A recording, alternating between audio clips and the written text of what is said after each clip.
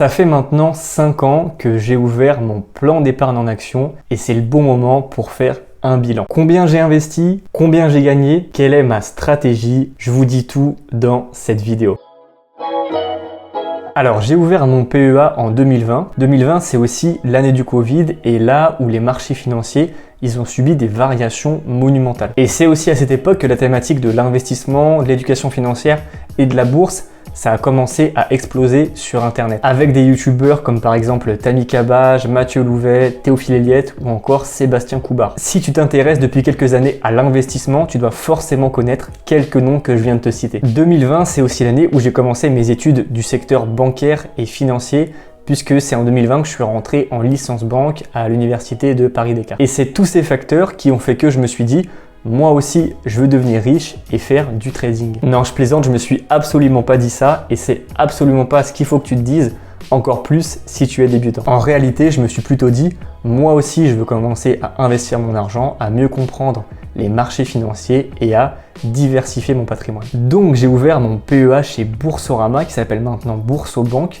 Alors, pour être honnête avec toi, je me rappelle plus exactement pourquoi j'ai ouvert mon PEA dans cette banque, mais j'ai dû faire mes recherches et ça devait être le meilleur compromis entre frais réduits et praticité. Si aujourd'hui tu veux toi aussi ouvrir un PEA et commencer à investir en bourse, eh bien je t'invite à comparer les différentes offres, sachant que tu n'es pas obligé d'ouvrir un PEA dans une banque en ligne. Certes, les banques en ligne historiquement c'était plus intéressant que les banques physiques par rapport notamment aux frais, mais aujourd'hui l'écart s'est beaucoup réduit et des fois les banques physiques sont même plus intéressantes que les banques en ligne pour ce type d'investissement. Alors moi j'ai ouvert un PEA jeune parce qu'à l'époque j'étais encore rattaché au foyer fiscal de mes parents, mais aujourd'hui je l'ai transformé en PEA classique pour pouvoir me permettre de faire davantage d'investissements. Si tu veux tout savoir sur le fonctionnement en tant que tel du PEA, eh bien je te mets le lien d'une vidéo super intéressante à regarder pour tout comprendre sur le PEA. Bien sûr tu regardes cette vidéo à la fin de celle-ci. Au début, comme beaucoup de personnes qui débutent, je ne savais pas vraiment quoi faire avec mon PEA. Est-ce que j'achète des actions? Est-ce que j'achète des fonds? Est-ce que j'achète des ETF?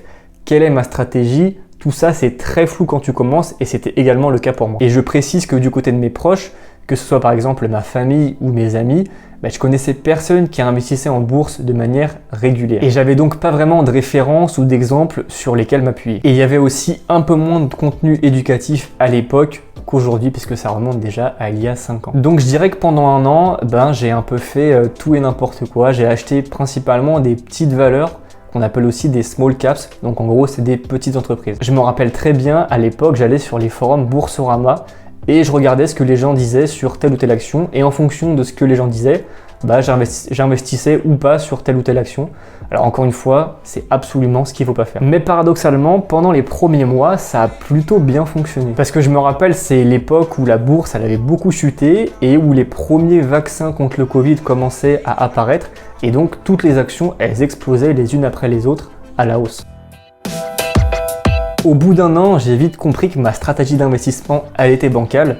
Tout simplement, j'avais pas de stratégie. J'ai commencé à me renseigner sur les ETF et j'ai vite compris que si je voulais avoir le meilleur équilibre entre le rendement et le risque, il fallait que je me tourne vers ce type d'investissement. J'ai donc arrêté mes investissements hasardeux et je me suis discipliné à investir tous les mois 400 € sur mon PEA, 200 € sur un ETF S&P 500, donc sur les 500 plus grosses entreprises américaines, et 200 € sur un ETF Nasdaq qui en gros représente les entreprises de la tech américaine les plus performantes, donc les 100 plus grosses entreprises de la tech. Et j'ai choisi d'investir sur ces indices américains car historiquement, c'est la bourse américaine qui performe le plus sur les 50 voire les 100 dernières années. Avantage numéro 1, je passe beaucoup moins de temps à réfléchir à quoi acheter. Avantage numéro 2, j'investis de manière régulière sur la même chose, ce qui me permet donc de lisser mon prix de revient et donc de minimiser mon risque.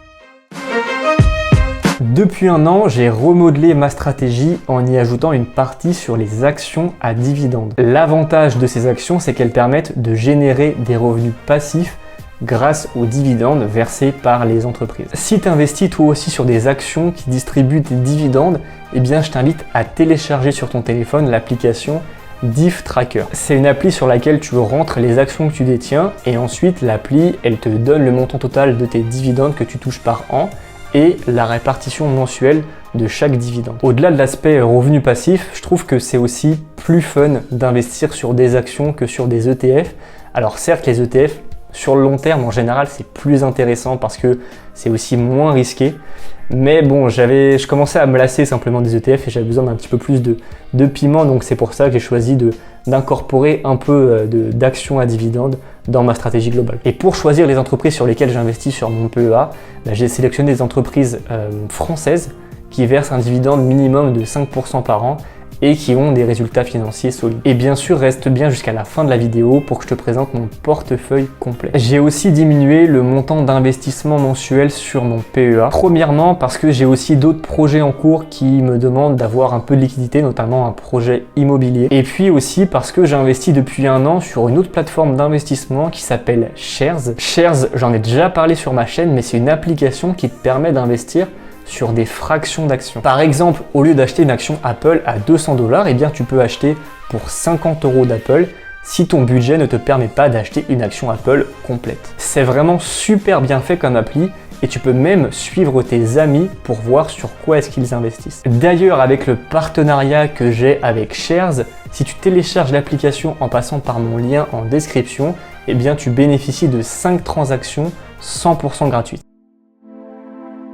Le moment tant attendu, je te présente la performance de mon PEA et le détail de mon portefeuille. J'ai versé depuis l'ouverture 20 056 € sur mon PEA et aujourd'hui, il est valorisé à 25 303 €, soit une plus-value brute de 5 247 €. En pourcentage, on est sur une performance brute, encore une fois, avant impôt, de 26%. Mon PEA, il est ouvert depuis 4 ans et 7 mois, ce qui nous fait une performance annualisée de 5,2% par an. C'est une performance qui est correcte, mais qui aurait pu être améliorée si j'avais mis en place une stratégie plus sérieuse dès le début. Bien sûr, je précise que cette performance, elle est brute, c'est-à-dire qu'elle n'est pas nette d'impôts. Et puis, c'est une performance qui reste complètement fictive parce que tant que les titres ils ne sont pas vendus, eh bien effectivement, ça peut fluctuer d'un jour à l'autre. Bon, finalement, là aujourd'hui, je suis à 26%, mais peut-être que dans 2 semaines, je peux être à 30% et dans 1 mois, je peux être plus qu'à 15%. Et voici maintenant la composition de mon portefeuille. Alors le plus sympa, c'est de voir comment mon portefeuille il est composé. Par contre, je tiens bien à te préciser,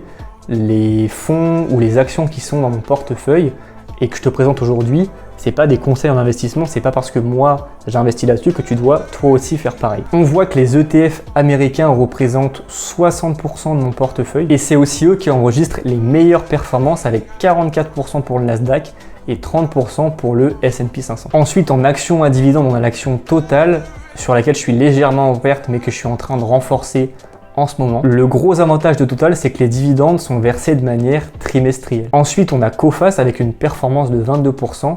Et le gros avantage de Coface, c'est que le rendement du dividende, il est conséquent. Il dépasse en général les 8% par an. On a du BNP sur laquelle également il y a une belle plus-value latente avec 37% de plus-value. Engie qui est sur la même lancée. J'ai aussi investi sur un ETF répliquant la performance de la bourse asiatique. Mais là, j'avoue que ça fait un petit moment que j'ai pas racheté cet ETF. Et pour terminer, on a les actions Amundi, Ruby et Veralia sur lesquelles j'ai un peu moins investi, mais qui ont en revanche un rendement de dividende intéressant avec quasiment 6% par an. Je vais continuer à développer mon PEA en poursuivant ma stratégie sur l'investissement en ETF et l'investissement en actions à dividendes. Et en ce qui concerne les actions à dividendes, eh bien tout simplement une fois par an, je vais faire un point sur les résultats financiers de chacune des entreprises et vérifier que le secteur sur lequel elles agissent eh bien, sont toujours porteurs, tout simplement. Et bien sûr, dans le cas où ce ne serait pas le cas, eh bien, tout simplement, je vendrai les titres de l'entreprise en question. Alors, un PEA de 25 000 €, ça peut paraître énorme pour certains et ridicule pour d'autres. Il faut bien que tu te mettes en tête que le facteur le plus important sur ce type d'investissement, eh bien, c'est le temps. Plus tu ouvres ton PEA tôt, plus tu commences à investir tôt et plus tu es régulier, plus tes investissements vont croître de manière linéaire, voire exponentielle. Et bien sûr, il faut que tu aies une vision long terme, minimum 5 ans, voire 10, 15, 20 ans. Parce que c'est pas en 6 mois que tu vas doubler le capital que tu as investi sur ton PEA. Si tu apprécies mon contenu et que tu as envie de voir d'autres vidéos de ce genre, eh bien pense bien à t'abonner. Suis-moi sur Instagram, télécharge ton guide de l'éducation financière en cliquant sur le premier lien en description. Et moi, je te dis à très vite. Ciao!